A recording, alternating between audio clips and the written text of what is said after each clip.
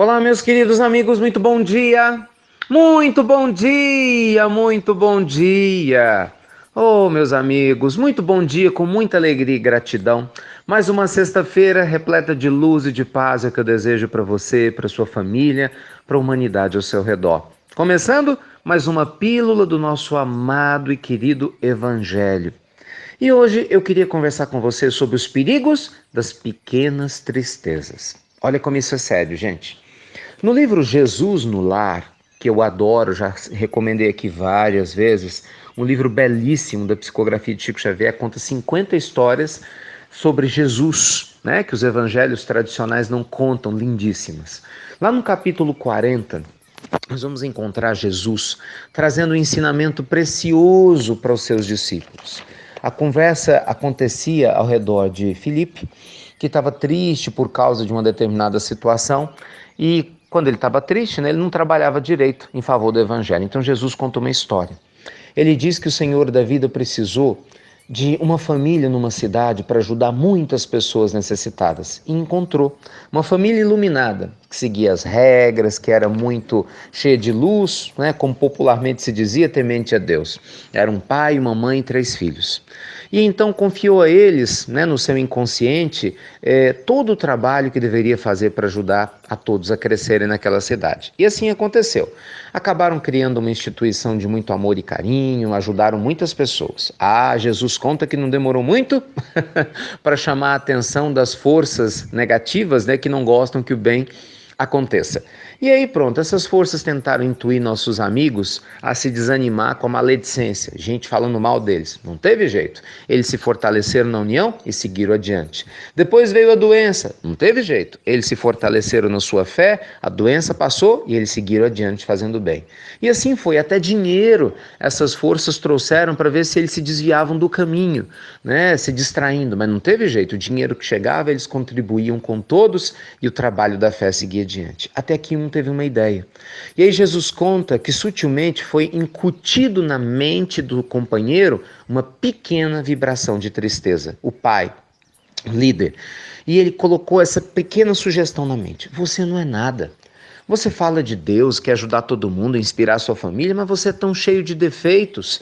Como que você acha que com os defeitos que você tem, você é capaz de fazer a humanidade crescer? E aí, Jesus conta, tá lá linda essa história inspiradora, que não demorou muito para o homem aceitar essa pequena tristeza e começar a definhar. E aí os dias foram passando e aquele pensamento que começou tímido na mente foi aumentando. Você não é nada. Quem você pensa que é para fazer o bem? Quem você pensa que é para poder falar de Deus? Quem você pensa que é para inspirar sua família? Resumo da história. O homem acabou desencarnando de tristeza, se achando um nada, achando que não valia nada. Aí a esposa, triste pelo desencarne do marido prematuro, foi atrás e Jesus conta que na sequência foram os filhos.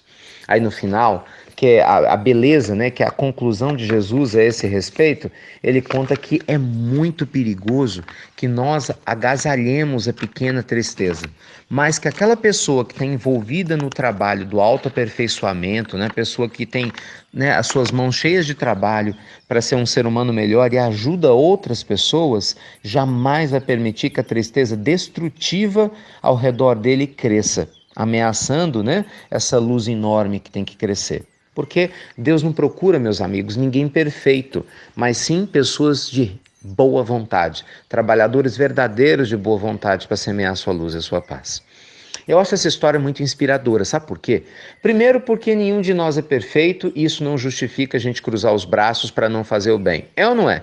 Então, mesmo triste, com problema financeiro, dificuldade de saúde, mesmo quando a gente se equivoca brigando com alguém que não devia, falando alto, mesmo quando a gente descobre sentimentos de angústia, de inveja no nosso coração, apesar da gente falar do bem da luz, nós devemos sim permanecer no campo da luz. Aí é que a gente precisa mais, né? Se você descobre que está com sede, aí que você precisa mais de beber água, é ou não é?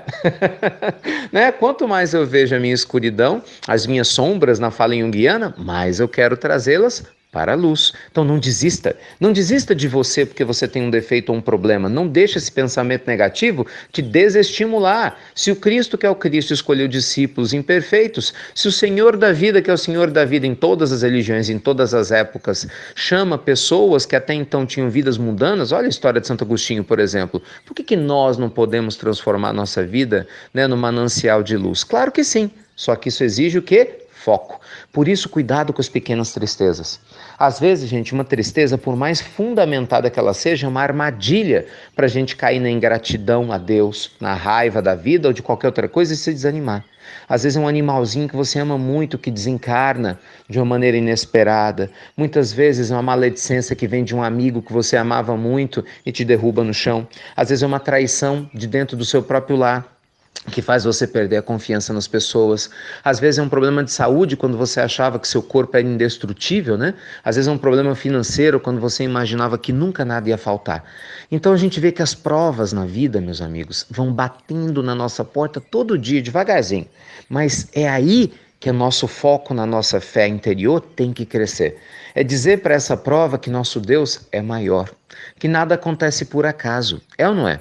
É parar e, apesar da pequena tristeza que vem, a gente orar e falar: meu Deus, afasta de mim esse cálice, para que o cálice da luz seja bebido pela minha alma e o cálice da fé e do foco sejam vivenciados pelo meu coração. Nada de pequenas tristezas, meus amigos. Se hoje você acordou com alguma pequena tristeza, vamos lá? Inspire fundo, como dizia o ditado, barriga para dentro, peito para fora. Não é? Alegria no coração e sério, siga adiante. Seguindo os conselhos de Jesus, trabalhando. Porque, gente, enquanto a carruagem passa, os cães ladram. Enquanto tem pessoas para ficarem falando demais, aqueles que falam menos e trabalham muito em nome de Deus estão passando. Esse é o nosso papel. Nós não trabalhamos para os homens, nós trabalhamos para Deus. É ou não é? Aquele que está em busca de fama, reconhecimento mundano, já teve a sua recompensa. Lembremos-nos de Jesus, não saiba a sua vossa mão esquerda o que dê a direita. Então a discrição, o amor e o foco no carinho em se dedicar às causas do Evangelho são nosso compromisso maior, que inclusive vão nos proteger das pequenas tristezas do dia a dia que vem e que, se você não tomar cuidado, olha o caso da história que ele conta em Jesus no Lar, pode acabar nos derrubando por falta de vigilância. Então, bola para frente, inspira fundo para essa sexta-feira ser maravilhosa, abençoada, repleta de luz e de paz para você e para sua família, apesar de tudo. E lembre-se, tudo passa. Não há nada de negativo que não passe, que não se transforme em uma lembrança de luz ou que não se transforme em algo maravilhoso no nosso coração, em aprendizagem, se nós tivermos a maturidade de reconhecer Deus em cada momento, nos convidando a amadurecer nossos sentimentos e, naturalmente, a nossa percepção da vida. Não é fácil, eu sei, mas com certeza, com vigilância, com muita oração e foco no campo do bem, sem dúvida alguma, todos nós vamos chegar lá, tá bom? Deus te abençoe bastante.